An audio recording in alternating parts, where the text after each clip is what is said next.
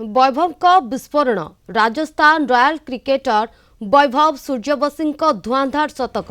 गुजरात राजस्थान मुकाबला मात्र 35 बॉल रे शतक कले वैभव सूर्यवंशी टी20 रे शतक करिबारे विश्वर सर्वकनिष्ठ खेलाड़ी वैभव सूर्यवंशी को एबे 14 वर्ष गेल को परे आईपीएल रे द्वितीय द्रुततम शतक करिसेंते सूर्यवंशी 8 विकेट रे गुजरात टाइटन्स को हराई राजस्थान रॉयल्स गुजरात टाइटन्स प्रथमे बैटिंग करी 4 विकेट हराई 209 रन करिथिला दुईटी विकेट हराई 212 रन करी मैच जीति नेछि राजस्थान रॉयल्स। तेबे संपर्क में अधिक आलोचना करबा हम सहित फोन लाइन रे जोड़ी होछंती वरिष्ठ क्रीड़ा समीक्षक डॉक्टर गगनेन्दु दास। डॉक्टर दास आपण को आलोचना को स्वागत। जड़े एते कनिष्ठ खेलाड़ी जी कि एते शानदार प्रदर्शन करिसेंती आ समस्तंकर आकर्षण केन्द्रबिंदु पलटिछंती वैभव सूर्यवंशी केमती देखुछंती सारा को? हाँ, वैभव सूर्यवंशी जो बैटिंग देखला परे हमको मन पड़गला। आप जानते जे 14 वर्ष बयस तेंदुलकर जो पाकिस्तान एगेंस्ट रे बाहर को बाहर करी Abdul Qadir world class bowler को बाहर को छक्का मारते से चैलेंज देते जदि मारियो मत मारिक देखा खाली वैभव से भाव बैटिंग करते जो भाया बोलर एगेंस्ट थे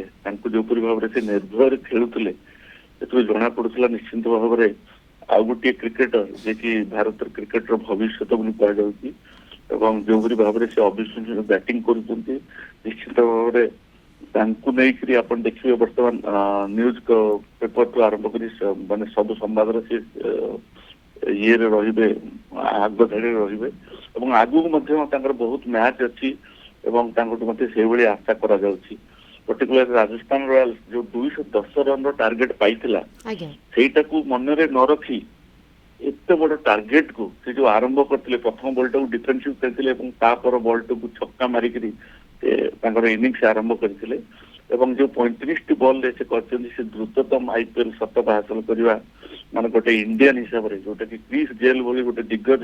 ये 2013 हासिल करते 2025 जड़े 14 वर्षर बालक